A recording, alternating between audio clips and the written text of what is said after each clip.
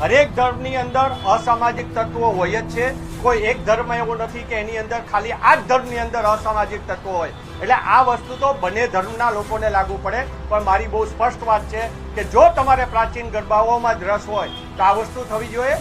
ભાજપની અંદર ભાજપના ઇશારે કરતા હોય, ભાજપને વિશ્વ હિન્દુ પરિષદ દર વખતે ઇલેક્શનમાં ટેકો દેતું હોય તો એ વિશ્વ હિન્દુ પરિષદને હું કહેવા માંગુ છું કે તમે જે પાર્ટીને ટેકો દો છો એ પાર્ટીને કહો કે લઘુમતી મોરચો છે એ કેન્સલ કરી નાખે, એને રદ કરે અને જે એનો સાંસ્કૃતિક સેલ છે ભાજપનું એની અંદર પણ ઓસમાણ મીણ છે તો ઓસમાણ મીણને કાઢી નાખો ને ભાઈ.